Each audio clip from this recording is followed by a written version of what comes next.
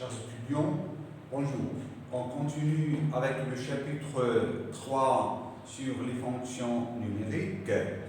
Dans la dernière séquence, nous sommes arrêtés à la propriété séquentielle de limite. Je vais donc rappeler ce résultat. Donc si je prends une suite, une fonction numérique f de la variable réelle x, 0 un élément de R, union moins l'infini plus l'infini, et L un élément de R aussi union moins l'infini plus l'infini. Alors, f a donné la limite L en x0, ça veut dire la limite quand x tend vers 0 de x égale à L, si seulement si, pour tout de suite, un de point de E, dont tous les termes sont différents de x0 à partir d'un certain point, qui tend vers x0, la suite f de un tend vers L. On a eu la démonstration. Donc, et je vais préciser dans cette séance dès le départ que cette condition est très intéressante pour que ce théorème reste vrai. Avec un contre-exemple. Donc, on a déjà vu la démonstration, je vais en passer un peu vite. Et commencer par cette remarque. Donc, ce théorème sert, en fait, à montrer qu'une fonction n'admet pas de limite dans certains cas. Donc, pour faire ça, on essaie de construire de suite, un de même limite x0 est tel que les deux suites f de un et f de vn possèdent des limites différentes. On va donner un exemple. La deuxième remarque, c'est que pour montrer qu'une fonction ne tombe pas vers une limite finie, elle est bien sûr, quand x tend vers x0, il suffit de trouver une suite un qui tend vers x0 est telle que la suite f de un diverge. La suite f de un diverge. Donc ce terme, donc cette entité-là, n'a pas de sens. Donc cette diverge, ça veut dire elle tend vers l'infini ou n'a pas de limite. Bien sûr, fini. Donc je vais donner un exemple. La fonction cosinus de 1 sur x, donc par la même démarche, on peut montrer que la fonction sinus aussi de 1 sur x, ces deux fonctions n'admettent pas de limite lorsque x tend vers 0. Donc cette fonction, elle n'est pas définie en 0, elle est définie sur tout R sauf en 0, donc son nom défini sur R et 3. Donc je peux parler de la notion de limite. Donc on va montrer grâce à cette remarque du théorème précédent que cette fonction n'a pas de limite en 0. En effet, nous allons construire de suite, donc soit un, la première suite définie par tout un appartenant à n, un égale 1 sur pi sur 2 plus 2n de pi. Donc on remarque que cette suite, lorsque n tend vers l'infini, elle tend vers 0. Donc on a un tend vers 0, et quel que soit n appartenant à n, cosinus de 1 sur un, elle est égale à cosinus de pi sur 2 plus 2n de pi, elle est égale à cosinus de pi sur 2. Donc ce cosinus est exactement cosinus de pi sur 2, parce qu'on sait que la fonction cosinus est périodique en 2 pi d'une période, et le cosinus de 2 pi égale 0. Donc cette suite est en fait constante, donc sa limite est 0. Maintenant on va construire une autre, donc la limite s'attend vers 0. Donc on va construire une autre suite Vn définie par, pour tout un appartenant à n, un égale 1 sur pi plus 2 pi 1. On a aussi cette suite Vn tend vers 0, et quel que soit un appartenant à n, cosinus de 1 sur Vn égale à cosinus de pi plus 2 pi. Il est égal aussi à cosinus de pi par le même procédé, du fait que cosinus d'une fonction périodique dans le pi sur une période, donc, et le cosinus de pi c'est moins 1. Donc, cette suite Vn, elle est constante, donc elle converge vers moins 1. Donc, les deux suites un et Vn, ils tendent toutes les deux vers 0, Un et Vn, mais leurs images, la suite formée par les images, cosinus par cette fonction, l'image de la suite Un, elle tend vers 0, l'image de la suite Vn par cette fonction tend vers moins 1, donc elle admet deux limites différentes par cette remarque. Donc notre fonction n'admet pas de limite en 0. Donc je vais donner un exemple ou bien un contre-exemple dans lequel on va faire le point sur le fait que la condition, la suite UN n'est pas constante à partir d'un certain rond, c'est-à-dire qu'il existe un rond n tel qu'il n'existe pas par l'endroit n tel que soit n égale à la constante L qui est la limite. Sous les conditions de la proposition précédente, si on enlève la condition UN est une constante à partir d'un certain rond, cette condition veut dire que il n'existe, parce que dans le théorème, nous avons supposé qu'il existe un rond n appartenant à n, tel que, quel que soit n supérieur à grand n, un est différent de n. Donc, sans cette condition, c'est ça ce que veut dire cette condition-là. Ça veut dire qu'il n'existe aucun n tel que, quel que soit n, indifférent de n. Alors, si on enlève cette condition, le résultat, ça veut dire le résultat du théorème ou bien de la proposition, c'est qu'on sait que la limite n'est pas vraie. À savoir, la limite quand n tend vers plus l'infini de f de un égale à L n'est pas toujours vraie, comme le montre par contre l'exemple suivant. On va construire une suite bien particulière. On va prendre deux éléments de nombre réel, L et L', distincts, et N0 appartient à n étoile, X0 appartient à f. Et soit f de n, la fonction est définie par. Donc la fonction f de x, elle est égale à L si x est égal à x0, et f de x0 c'est L'. Donc on voit déjà que cette fonction f est définie sur R. Le domaine de définition de f, c'est exactement R. Donc je peux parler de la limite quand x tend vers 0 de f de x. Bien, et la suite U1 est définie par U0, U1 jusqu'à U10 moins 1. U10 c'est un entier naturel non nul fixé, sont donnés dans R, et quel que soit n supérieur ou égal à N0, Un elle est égale à 0. Donc ça veut dire que la suite elle est constante à partir d'un certain rang. Ça veut dire que Un égale à 0. En fait, j'ai commis peut-être une petite erreur. Un est dans la condition du théorème, ou bien de la proposition, on a supposé qu'il existe un n qui appartient à n, tel que, quel que soit n supérieur ou égal à grand n, en fait, le Un n'est pas différent de n, il est différent de x0. Donc, dire qu'on n'a pas cette condition, ça veut dire qu'on n'a pas ça. Maintenant, on a construit une suite qui est constante à partir de 0, et cette constante est égale à x0. Et on va voir que le x0, notre suite converge vers x0, il est évident. Voilà donc voilà les conclusions.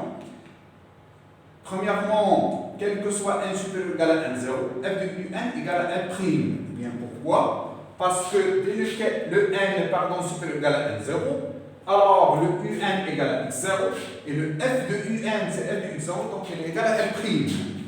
Et le f de u0, f de u1 jusqu'à f de u10 moins 1 sont deux valeurs qui appartiennent à cet ensemble. Elles sont soit L, soit L'.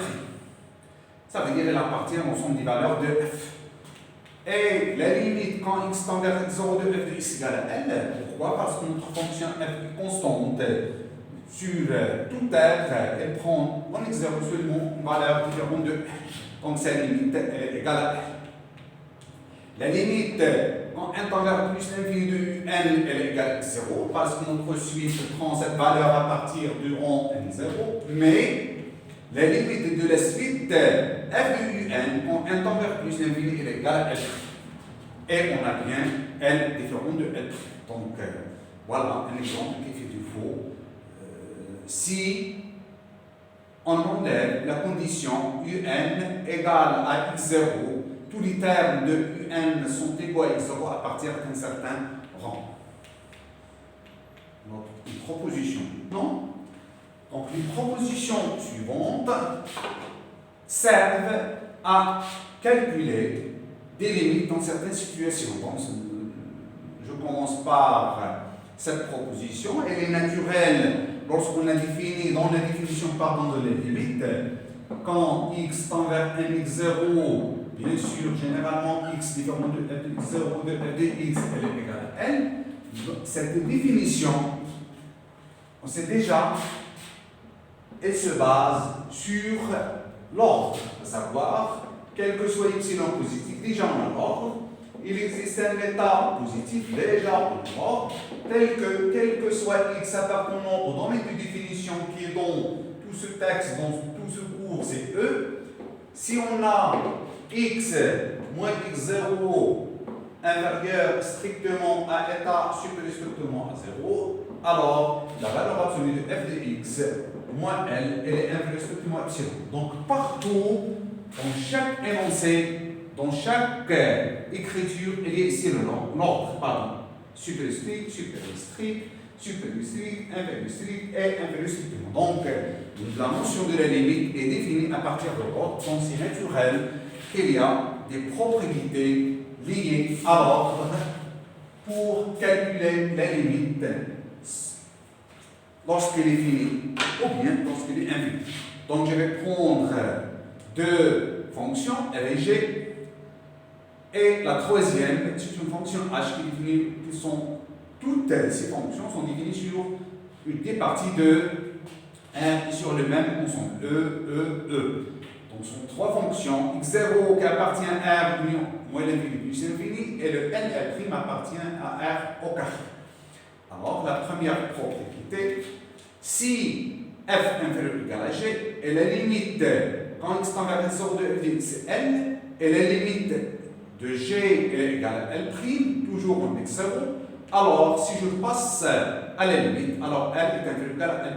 Mais attention, je n'ai cette conclusion que si on a les deux conditions. Ça veut dire le f et g sont ordonnés comme ça, et les deux limites de f et de g existent. Donc je ne peux pas passer à cette conclusion si ces deux limites n'existent pas. La deuxième remarque, c'est que je peux remplacer ça, cette relation d'ordre inférieur égal par inférieur strict.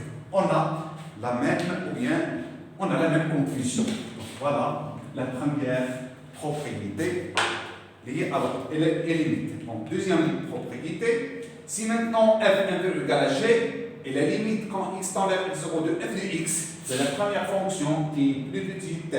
Je rappelle que qu'est-ce que ça veut dire f inférieur égal à g? Ça veut dire que quel que soit x appartenant à ce E, f de x inférieur ou égal à g de x. C'est pourquoi on a pris les trois fonctions, on n'a pas encore parlé de h, définition de même ensemble pour pouvoir calculer les images simultanées lorsqu'un x pour n'importe quel x appartient à E. Donc, la même manière, donc si on a ça, la première fonction a pour limite plus l'infini, alors la deuxième fonction a pour limite plus l'infini. Je rappelle aussi que je peux remplacer ça par inférieur strict, j'ai le même résultat.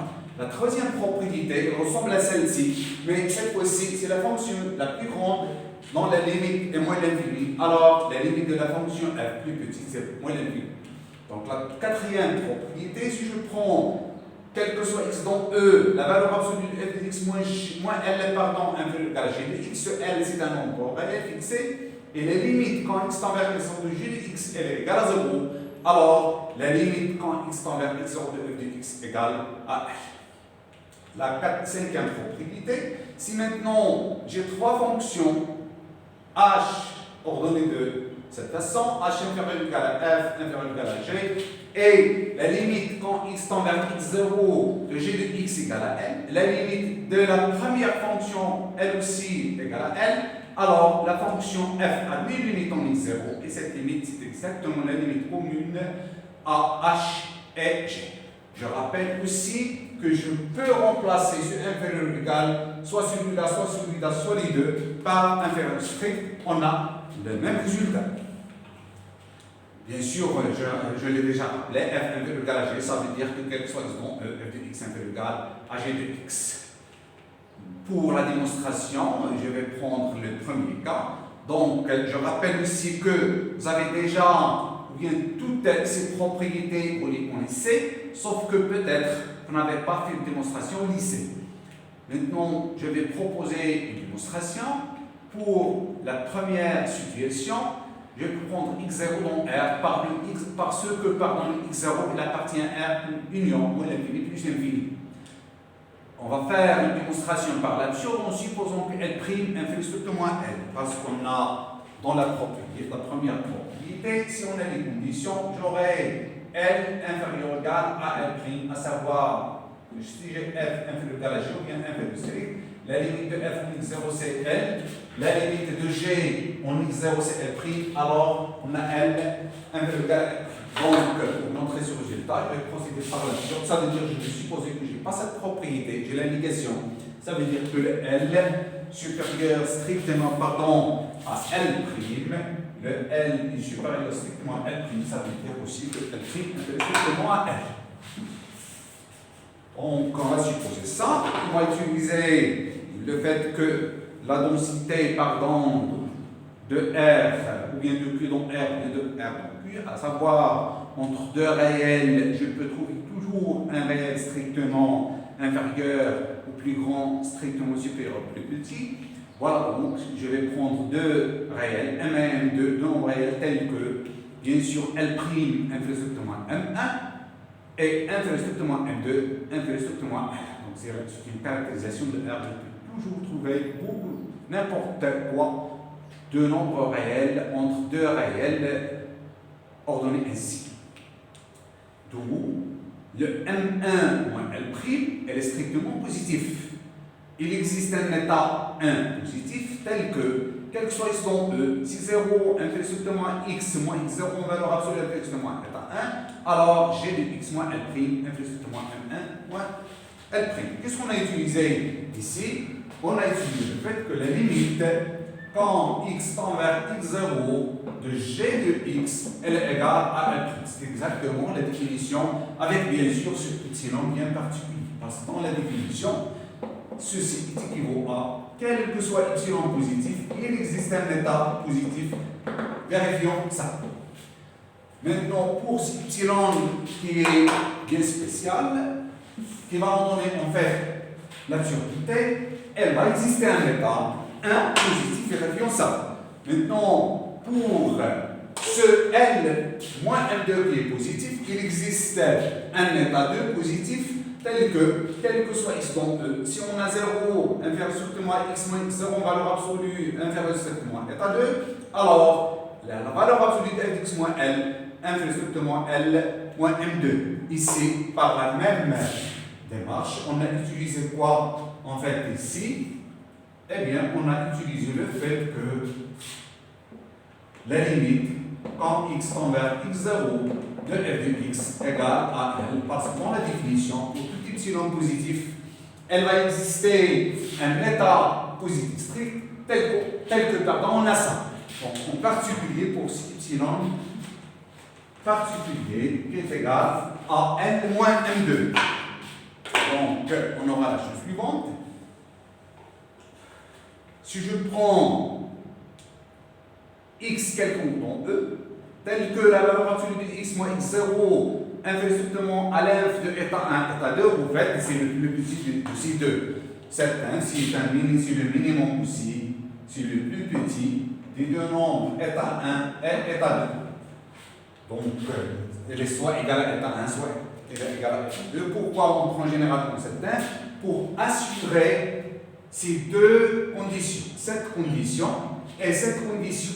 Si j'ai la valeur absolue de x moins x0 inférieure strictement à ce minimum qui est l'inf, alors j'ai ça et j'ai ça, donc j'ai ça et j'ai ça. Donc, maintenant, j'aurai la première double inégalité, celle-ci, En fait, c'est cette double inégalité écrite sans valeur absolue. Parce qu'on connaît déjà ça, on l'a déjà rappelé dans le premier chapitre. Pour tout x dans R, si on a x inférieur strictement à un certain R qui est positif strict, alors ceci il équivaut à x étant pris entre R et moins R. C'est un résultat aussi du tronc qu'on a connaissé déjà. On l'a déjà rappelé. Donc je l'ai utilisé une fois. Donc j'ai écrit cette inégalité sans valeur absolue et cette inégalité aussi sans valeur absolue. Donc on aura L' moins M1 inférieur strictement à G de x moins L' et inférieur strictement à M1 moins L'. Le M2 aussi moins L, le M2 moins L, c'est moins R. Le M2 moins L, inférieur strictement à f de x moins L, inférieur strictement à L moins M2. Donc je vais préciser de la chose suivante. J'ai dit que si j'ai x inférieur strictement à R, ceci est équivalent à sur les conditions, bien sûr, que j'ai imposé à x, à savoir qu'elle soit quelque temps R et R positif, j'aurai x, ou bien elle est équivalente à x inférieur strictement à moins R et supérieur, inférieur strictement à R, strictement à moins R. Le R ici dans ce cas par exemple, si celui-là est strictement positif. Donc le moins R, donc si je prends R égale à L moins M2, alors moins R c'est l'opposé de celui-là, donc c'est exactement M2 moins L. Donc c'est exactement ça. De même pour la première double inégalité. Faisons appel à G. Eh bien, si je prends un x quelconque dont E, je prends un x quelconque dont E tel qu'on a ça, bien sûr, x existe car E est un voisinage de x0, je l'ai oublié. Donc pourquoi il existe des x qui vérifient ça? Parce que E est un voisinage de x0. Ça veut dire si je prends n'importe quel voisinage ou bien quel intervalle qui contient deux centres x0, elle va rencontrer nécessairement E. Donc il existe donc un x qui appartient à E, tel que G de x, elle est là, inférieur strictement à M1, inférieur strictement à M2, inférieur strictement à f de x. G de x inférieur strictement à M1, elle est là, parce que je peux simplifier par ce L'. Donc en simplifiant par ce L', on obtient G de x inférieur strictement à M1. Et M1, elle est déjà, on l'a pris inférieur strictement à M2, et en utilisant ça, j'ai le M2 moins L inférieur strictement à f de x moins L, donc je peux simplifier par ce moins L qui est là, et j'obtiens M2 inférieur strictement à f de x. Donc j'ai la chose suivante.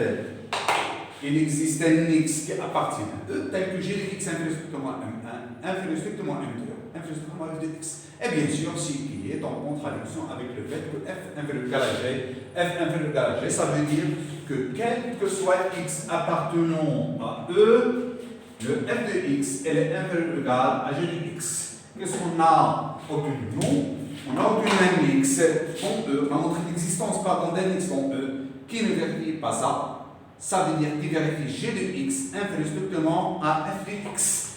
G de x, je peux déduire de là, G de x inférieur strictement à f de x. Et bien sûr, pour un x, on a montré l'existence, ce qui est en contradiction avec ça. Donc, ce qu'on a supposé est faux. Donc, on a la conclusion, ça veut dire qu'on a le L inférieur ou égal à F. Pour les autres cas de x0, parce qu'on vient de montrer cette propriété pour le x0 appartient à R. Pour les autres cas, ça veut dire le x0 égale à plus l'infini ou bien moins l'infini. Donc, appartient, pardon, il n'y a pas soulignon ici, appartient moins l'infini, non, pardon, plus l'infini. Essayez de faire à titre d'exercice. Pour les propriétés 2 et 4, 2 à 4, pardon, 2, 3, 4, il suffit d'appliquer les définitions.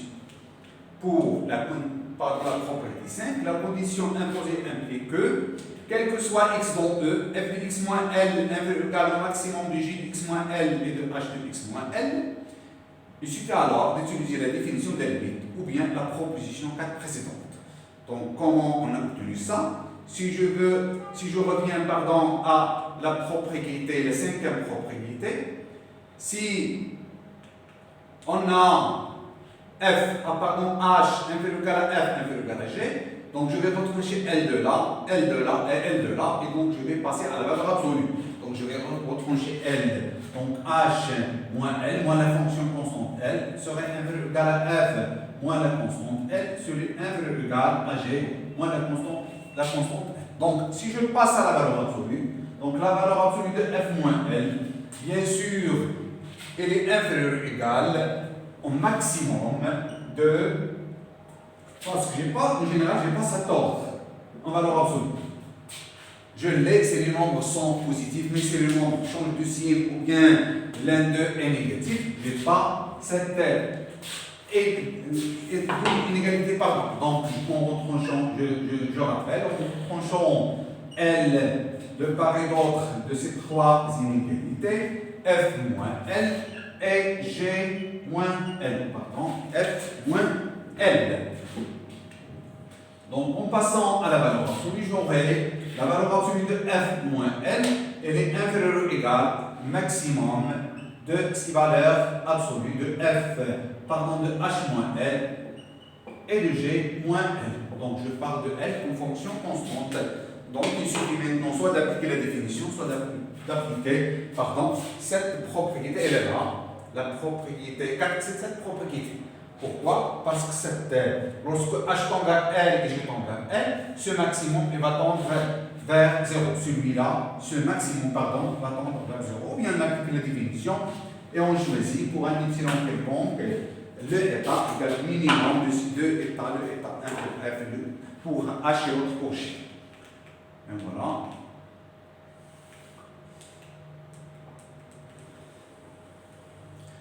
Maintenant, on a parlé de l'ordre et limite. Maintenant, on va parler d'une opération en fait qui est très difficile, c'est la composée. Dans une proposition précédente, on a parlé de la limite séquentielle caractérisant la limite d'une fonction. Maintenant, on va parler de la composée, ou bien la limite de la processus de fonction. En trois, soit E une partie de R, F aussi une partie de R, F et G sont deux applications définies de E vers R et de F vers R respectivement, et bien sûr avec la condition F de E est inclus dans F. Donc on va toujours, lorsque nous sommes en train de parler d'une composée, donc notre fonction F va de E vers R, et voilà le F. Lorsque je veux parler de la composée de deux fonctions F et G, donc je dois imposer à ce E de vérifier la condition suivante. F de E est inclus dans F. Pourquoi? Pour pouvoir, par la suite, pour pouvoir parler de G en F d'un X qui appartient à E, bien sûr, donc par définition, c'est G de F de X. Pour parler de G de F de X, je dois premièrement être capable de parler de F de X, donc le X appartient au domaine de définition de F, qui est ici un voisinage, comme on va voir, de X0, d'un X0 de R, ou bien de moins l'infini ou bien de plus infini. Maintenant, pour pouvoir parler de G de F de X, je dois avoir ce F de X appartenant au domaine de définition de la fonction G. Donc là où il y a ce concept de composé, et il y a cette condition qu'on impose toujours. Donc on voit là où il y a la composée, on a cette condition. Donc, et je prends maintenant x0 L' dans R union l'infini plus l'infini. Alors, si la limite de f de x égale à R lorsque x tend vers 0, et il existe un R positif tel que quel que soit x appartenant à x0 moins R, x0 plus R moins x0, f de x différent de L, c'est comme pour la composée de la suite d'une fonction avec une suite, et la limite quand y tend vers L de g de y égale à L', alors la limite de g en f en x0 existe, elle est égale à L'. Ça veut dire, en définitive, la limite quand x tend vers x0 avec le x différent de x0 de g rond f de x qui est égal à la limite quand x tend vers x0 avec le x différent de x0 de g de f de x par définition, elle est égale à la limite quand y tend vers L, de y différent de L, de G de Y. C'est comme une sorte d'un changement de variable. On a supposé, on a posé le f de x, elle est égale à Y, mais pour pouvoir faire ce changement de variable, je dois ajouter cette condition. Donc il faut faire attention à ça. Donc cette condition doit être ajoutée pour pouvoir qu'on ait cette limite. Sans cette condition, on va donner quelques contre-exemples. Si on n'a pas cette condition, cette égalité fait défaut. Elle n'est pas toujours vraie. Donc attention au changement de variable lorsque vous êtes en train de calculer la limite d'une composante. Bien, on va montrer ce résultat. Et dans le cas où x0, L et L' appartient à R3, bien sûr, le premier cas, soit epsilon positif, alors il va exister un état positif, tel que quel que soit y appartient à f, si la valeur absolue de grade-L est positive inférieure strictement à état, alors la valeur absolue de j grade-L' est inférieure strictement à epsilon. Bien sûr, c'est quoi ça? C'est parce que la limite quand y tend vers L de j elle est égale à L'. C'est l'interprétation, bien c'est l'écriture en quantificateur de cette égalité. Bien sûr, la fonction maintenant f vérifie ça, sa limite. La limite de la fonction f elle est égale à L. Donc,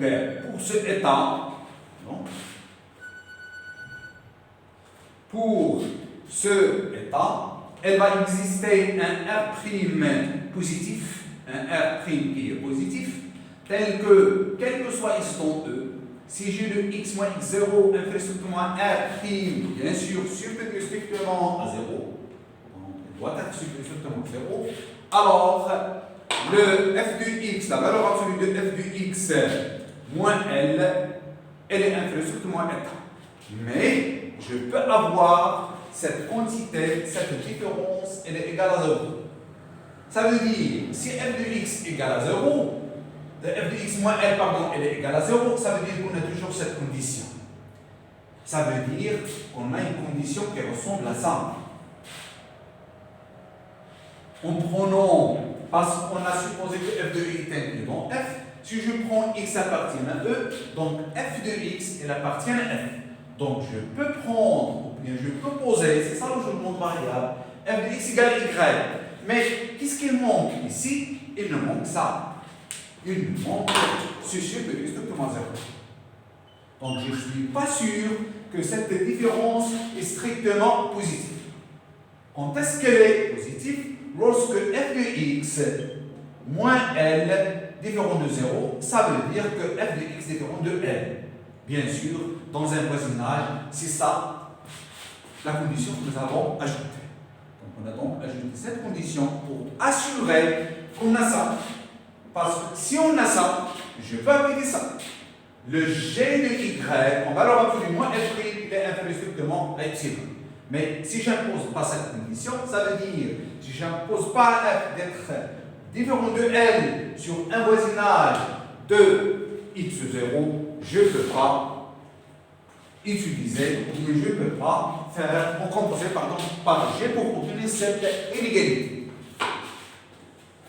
Donc, bien sûr, maintenant, si je prends alpha qui est égal au minimum de R et de R', pourquoi le minimum de R et de R'?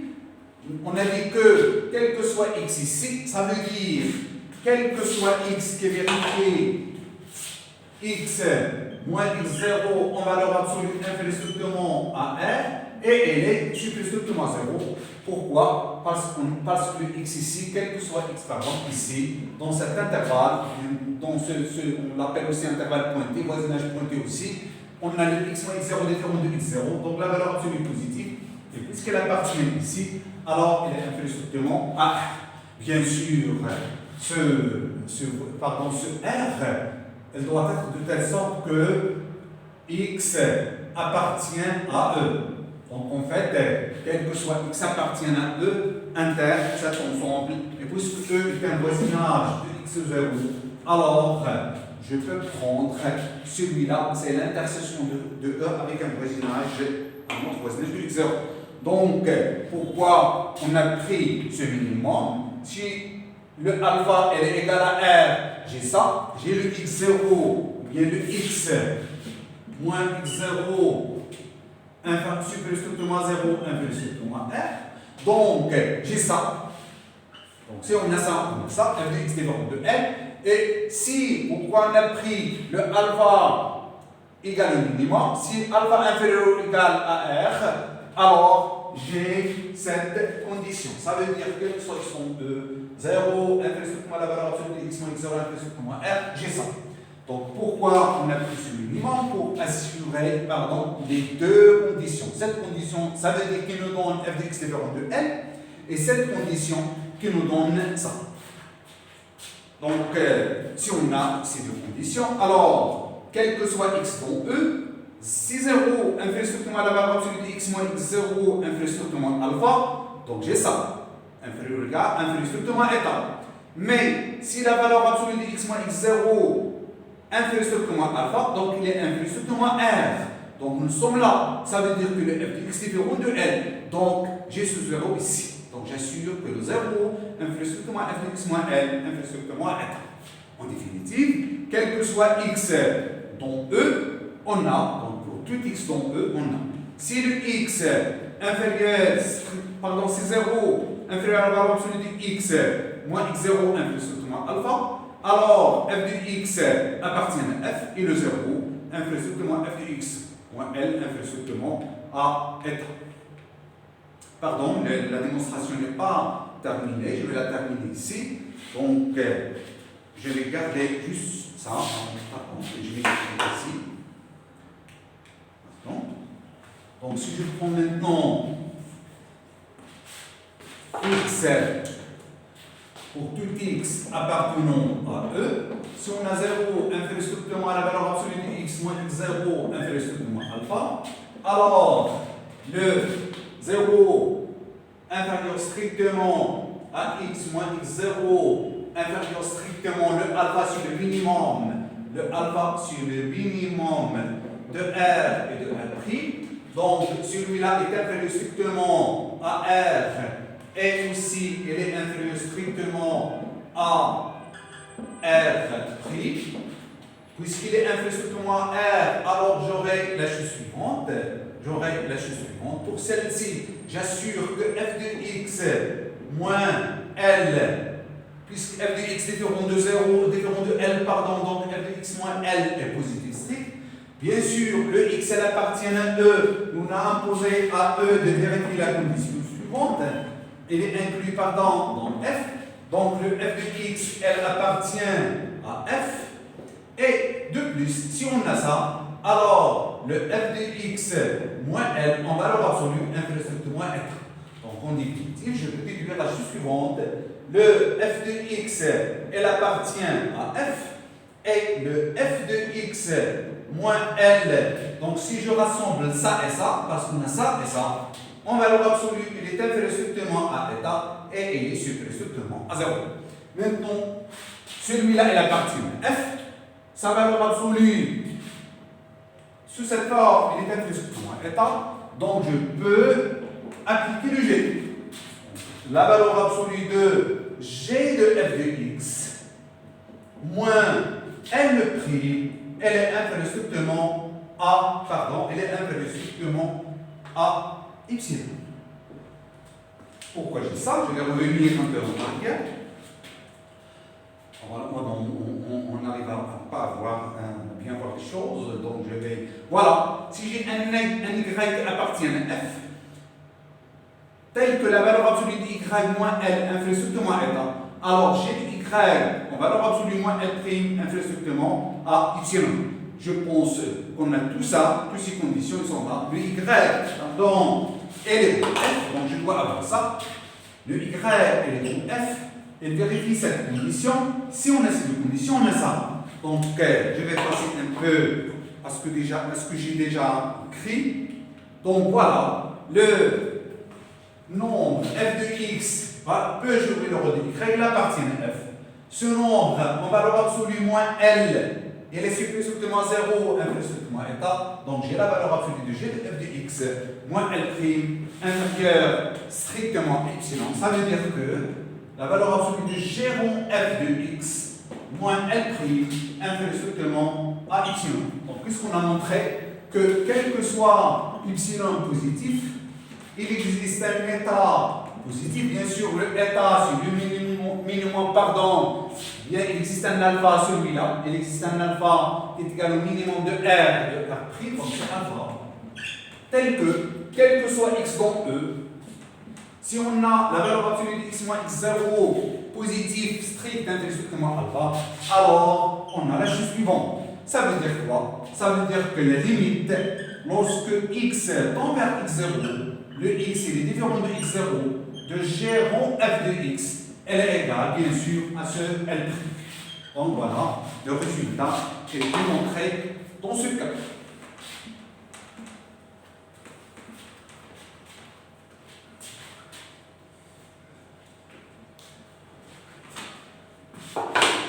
On continue donc.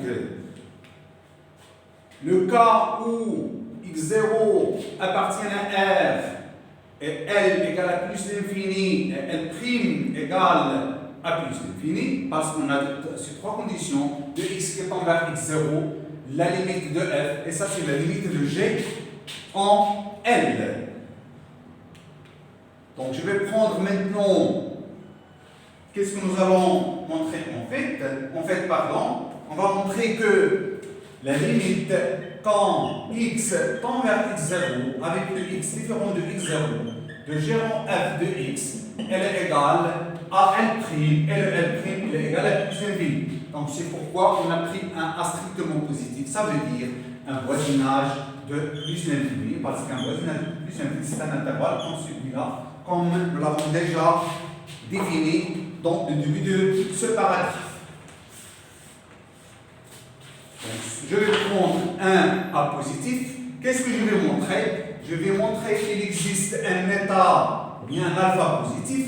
Ça veut dire un voisinage de x0, tel que quel que soit x appartenant à E, si 0 inférieur strictement à x moins x0 en valeur absolue inférieur strictement à état, alors j'aurai g rond f de x et le supérieur strictement à plus l'infini. Donc c'est ça ce qu'on va montrer, c'est pourquoi j'écris un A strictement positif. Je vais essayer de trouver ce état. Donc, puisque la limite en plus l'infini de g, en x0 de g, elle est égale à, pardon, la limite en plus l'infini de g, elle est égale à plus l'infini. Pourquoi je dis ça? Parce que nous avons les conditions suivantes. La limite quand x tend vers x0 de f de x, elle est égale à L, elle est égale ici à plus l'infini. Et la limite quand y tend vers L, qui est plus l'infini ici de g de x, elle est égale à L' qui est égale à plus l'infini. Donc on a ces deux conditions. Donc si je prends, en utilisant ça, si je prends AA strictement positif, alors il va exister un B strictement positif, tel que quel que soit Y dans F. Si le Y supérieur strictement à B, parce que Y tend vers plus l'infini, alors j'ai de Y supérieur strictement à A. Maintenant, je vais utiliser ça. Pour ce B, elle va exister, donc voilà la cause, je l'ai déjà dit. Donc pour ce B, il va exister un alpha positif tel que, quel que soit x dans E, si 0 inférieur strictement à la valeur absolue de x moins x0 inférieur strictement à alpha, alors f de x supérieur strictement à B. Donc j'ai utilisé le fait que la limite en plus en x0 pardon, de f de x, elle est égale à plus l'infini. Maintenant, comme auparavant, je vais prendre un x quelconque f tel que, il y a un 0, il monte ici. Donc, pour tout x dans E, si on a la valeur absolue de x moins x0 positif strict strictement alpha, alors f de x appartient à f, donc c'est assuré parce qu'on a supposé que le f de x est dans f, et de f de x, bien sûr, est supérieur strictement à L. Donc, le f de x appartient à f, ça veut dire que nous sommes ici. Le f de x supérieur strictement à b, ça veut dire que le f de x vérifie ça. Donc, je peux appliquer, j'ai droit à cette implication. Alors, g de f de x, g de y, g de f de x, elle est supérieure strictement à a. Ça veut dire que g en f de x est supérieur strictement à a. En définitive, on a pris un a strictement positif quelconque. On a montré qu'il existe un alpha positif strict tel que, quel que soit x dans E, si la valeur absolue de x moins x0 est positive strict strictement alpha, alors g moins f de x supérieur strictement à, ça veut dire que la limite de g moins f de x elle est égale à plus d'infini. Pour les autres cas, essayez de les traiter à titre d'exercice.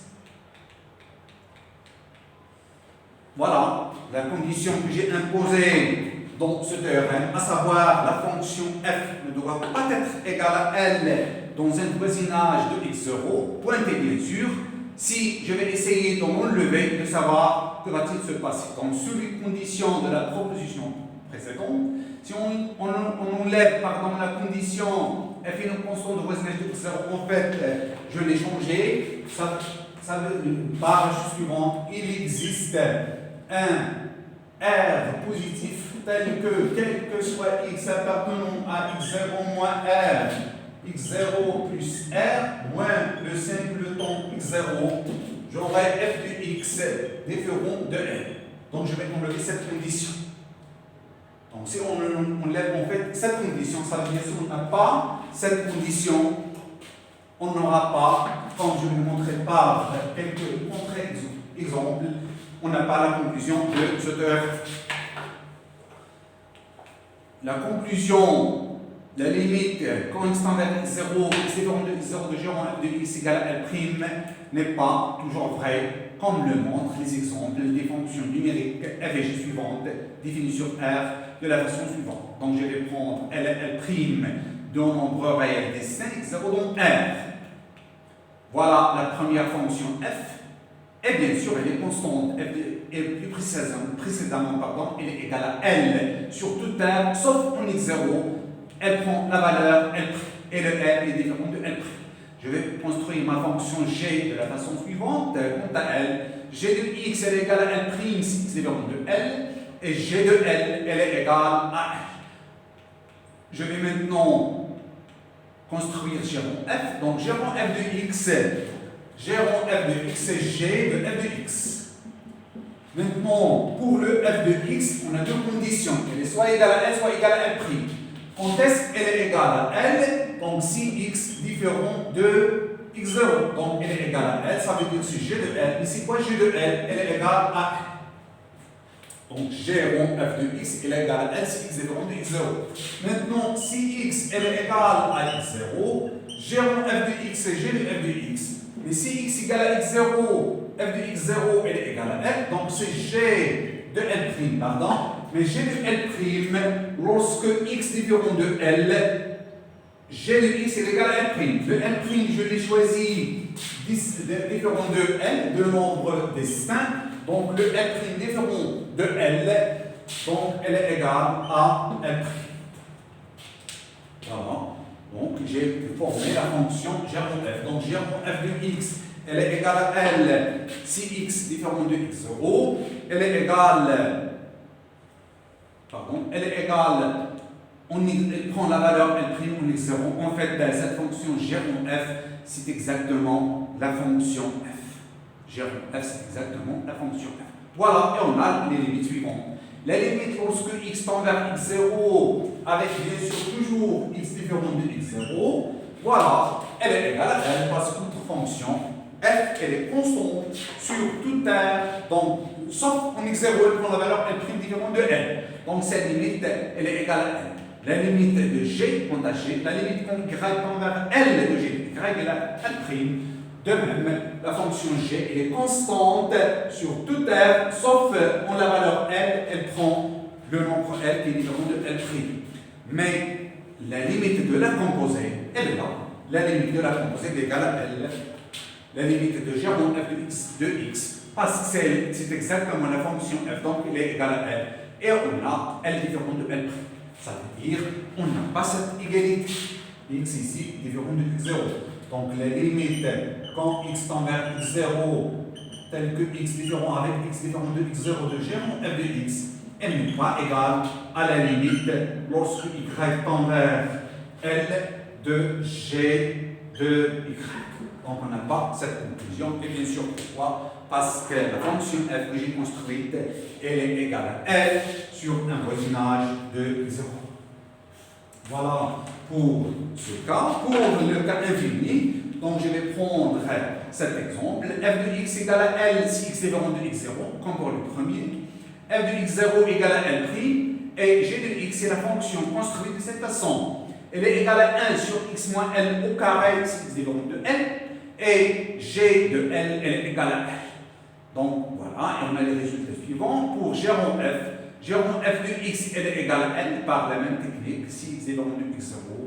Et g rond f de x0, c'est 1 sur L' moins L au carré. Donc ce nombre existe parce qu'on a imposé à L et L' d'être distinct. Et on a les choses suivantes. La limite, on l'a déjà calculé, c'est L. La limite de g, c'est plus infini, parce que la limite de cette fonction, g prend cette valeur, si cette fonction s'attend vers plus l'infini, celui-là s'attend vers 0. Donc ce rapport, lorsque x s'approche de L, elle est strictement positive et elle tend vers 0. Donc ce rapport s'attend vers plus l'infini.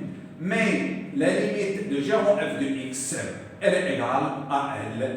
Et voilà, L différent de plus l'infini, parce que j'ai pris le L et L' son nombre réel distinct. Voilà pour le deuxième cas, je peux prendre moins g ici, en prenant la fonction, cette fonction, h égale à moins g. Donc je peux construire une fonction qui tend vers moins l'infini ici, alors que la fonction g rond f de x, ou bien g rond f tend vers L, et le f est de moins l'infini. Donc voilà 3 contre-exemples construits. Assurons bien, affirmons que cette condition est très intéressante, cette condition imposée est très intéressante. Voilà, on continue donc. Maintenant, on passe aux opérations classiques.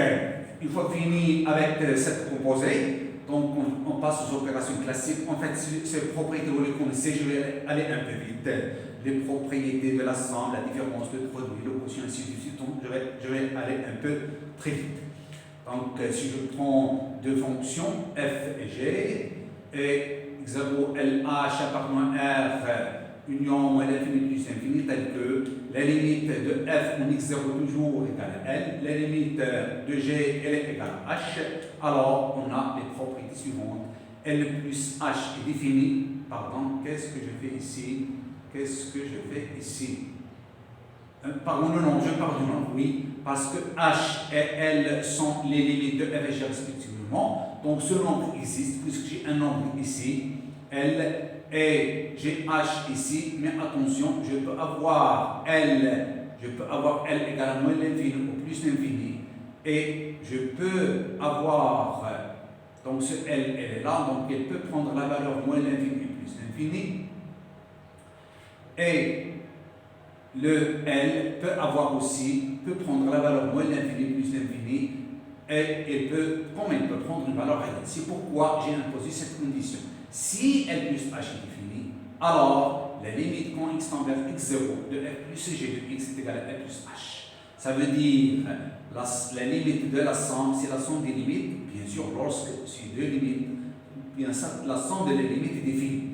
Donc, si le produit est défini, L fois H est défini, alors la limite quand x tend vers x0 de f fois g, c'est L fois H. Si L dépend de 0, alors la première chose, 1 sur f est défini, voisinage de x0, sauf peut-être en x0, et la limite de 1 sur f en x, de x, pardon, si la limite 1 sur f de x, c'est par définition, elle est égale à 1 sur f. Et bien sûr, on a donc le L, j'ai ici parlé de la somme des deux fonctions, le produit, le rapport. Donc, je vais dire par f plus g de x, f de x plus g de x pour tout x dans E, le f fois g c'est ça, et si f différent de 0, bien pour tout x différent de 0, 1 sur f de x sur 1 sur f de x. Donc, cette propriété, vous le connaissez. Peut-être il y a ici une démonstration, je vais aller un peu vite, je vais la lire tout simplement. Donc, pour la première, Je vais essayer de démontrer cette première propriété, mais un peu vite. Donc, on va supposer que ça existe, que la limite de f égale à L, la limite de g égale à h. On va montrer la propriété. Donc essayez de les lire. Elle est chez vous dans la plateforme Moodle. Donc, pour la première fonction, on a ça. Donc, essayez de les lire. Je vais aller un peu vite. En fait, c'est la démonstration de quoi? Cette démonstration qui est là. C'est la, c'est la démonstration de cette propriété. Donc, si L est différent de 0, alors 1 sur F est différent de 0, soit peut-être on est 0, on a cette limite. Donc, essayez de lire, la démonstration est là. Donc, voilà, il est un peu longue. Maintenant, à titre d'exercice, essayez de montrer les choses suivantes. Pour x0 appartient à R, tel que la limite égale à plus l'infini reste tout moins l'infini. 1 sur f est défini comme de x0, la limite c'est 0, un résultat qu'on connaissait déjà. Mais essayez de montrer, pour x0 est égal à plus l'infini ou moins l'infini, la limite de f c'est plus ou moins l'infini, alors 1 sur f est défini comme de x0 et la limite elle est égale à 0. Maintenant, qu'est-ce qu'on a fait ici? La limite ici c'est l'infini, le x0 est donc R. Ici le x0 peut prendre la valeur plus ou moins l'infini et la limite aussi est infinie. Alors, on a le même résultat. Pour x0 égale à plus ou moins l'infini, et maintenant la limite égale à L, avec L un nombre réellement nul, alors 1 sur f est défini, voici du x0, et la limite de 1 sur f, elle est égale à 1 sur L, et cette fois-ci, le x0, elle est infinie. On a donc ces résultats, vous les connaissez, essayez de refaire ou bien de faire une démonstration. Et une petite remarque, les propriétés des opérations sur les limites, on a une réelle x0, sont vraies pour les limites à droite et à gauche en x0, et les propriétés des opérations sur les limites peuvent être résumées dans le tableau suivant. C'est un tableau que vous connaissez. Donc, la fonction, j'ai ici les fonctions f, g, f plus g, f fois g, f sur g. La valeur absolue de f, la racine nème de f avec le n appartient à droite. Donc, ici, j'ai la limite en alpha. Bien sûr, le alpha, c'est x0 dans le texte, elle est soit un réel, a, soit a plus, soit a moins, soit plus l'infini, soit moins l'infini. Et le a, il appartient à 1. Donc, ce a qui est là, il joue le rôle de x0, remplace le x0 dans le texte précédent. Et le alpha, il peut prendre 6 valeurs. Il est soit un nombre réel, soit à droite, soit à gauche, soit plus ou moins l'infini. Et bien sûr, le a, c'est un réel. C'est le x0, je répète. Donc ici, la limite, quand on lit ce tableau, la limite de f c'est L, et il y a 3 possibilités pour G. Elle est peut-être égale à L, il peut être égal à L prime, plus l'infini, moins l'infini, donc on lit ce tableau comme ça. Si la limite de f c'est L, la limite de G c'est L prime, alors la limite de la somme c'est L plus L prime. La limite de produit c'est L fois L prime. Et ainsi de suite. F sur J c'est L sur L prime, c'est L prime différent de 0. C'est une forme indéterminée si L égale à L prime égale 0. Qu'est-ce que ça veut dire une forme indéterminée? Ça veut dire que les opérations précédentes ne donnent pas la limite. Donc on va essayer, ou bien il faut essayer d'enlever cette forme indéterminée. Donc la technique, vous la connaissez. Donc voilà, essayez de lire ce tableau. Vous le connaissez ce tableau, vous l'avez déjà peut-être vu au baccalauréat, même en première année. Donc c'est un résumé de la partie précédente. Maintenant, on rappelle ici quelques limites usuelles. Vous avez déjà vu toutes ces limites en première année sciences. Je vais donc les rappeler. La première, si f est une fonction constante sur un intervalle ouvert i, c'est-à-dire quel que soit x dans i, f de x est égal à c, où c appartient à 1, alors quel que soit a appartient à i, la limite quand x tend vers a de f de x égale à c. En fait, on a déjà utilisé cette propriété. Si une fonction est constante, lorsqu'on a construit l'exemple de g en f, si une fonction est constante, la limite existe, elle est égale, sur un voisin de a, la limite existe et elle est égale à cette constante. C'est simple, il suffit d'utiliser la définition pour la démontrer. Pour la deuxième, si c'est une fonction polynomiale ou sinus, ou la fonction cosinus, ou la fonction exponentielle, alors, quel que soit a appartenant à r, la limite quand x tend vers a de f de x, elle est égale à f de a. Si f est une fraction rationnelle, ou la fonction tangente, ou la fonction logarithme hertzien, alors pour tout x appartenant au domaine de définition de f, la limite quand x tend vers a de f de x égale à f de a. D de f, bien sûr, sur le domaine de définition de f. Et voilà ces trois limites particulières les limites en 0 des fonctions trigonométriques, la limite en 0 de sinus de x sur x, de tangente de x sur x, de 1 en cos de x sur x carré sur 2, elle est égale à 1. Et les propriétés précédentes, bien sûr, 1, 2, 3, 4, 5, sont vraies pour les limites à droite et à gauche en un point. Pour tout n appartenant à n étoile, en un point. Voilà les limites suivantes. Les limites de x à la puissance n en plus l'infini sur plus l'infini, et en moins l'infini. Pardon, en moins l'infini ici, c'est pas plus l'infini, en moins l'infini, pardon, et en moins l'infini. Elle est égale à plus l'infini si n est pair, et elle est égale à moins l'infini si n est impair. La seconde, la limite en plus ou moins l'infini, ça veut dire le x peut tendre vers plus l'infini. Donc il y a deux propriétés ici. La limite quand x tend vers plus l'infini de ça, donc c'est une fonction polynomiale avec le an bien sûr non nul, c'est un pool de fonctions polynomiales de degré n, elle est égale à la limite en plus infini de an x n, même chose pour moins l'infini.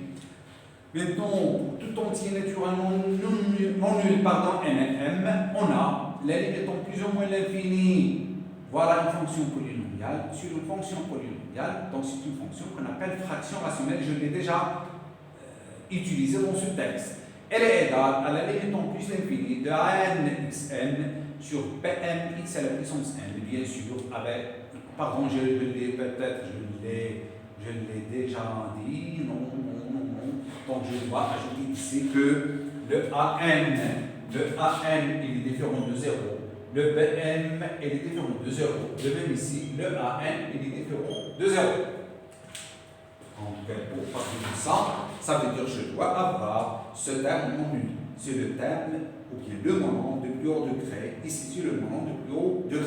Donc, sans ces conditions, parce que si celui-là est égal à 0, je passe à celui-là. Maintenant, pour les fonctions racine nm, pour tout n appartenant à n étoile, la limite en plus l'infini de la racine nm de x égale à plus l'infini.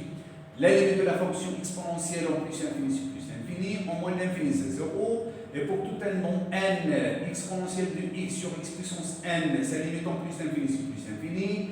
La limite en moins l'infini de x puissance n de x, elle est égale à 0. Donc ce sont des résultats que je rappelle très vite parce que vous les connaissez déjà.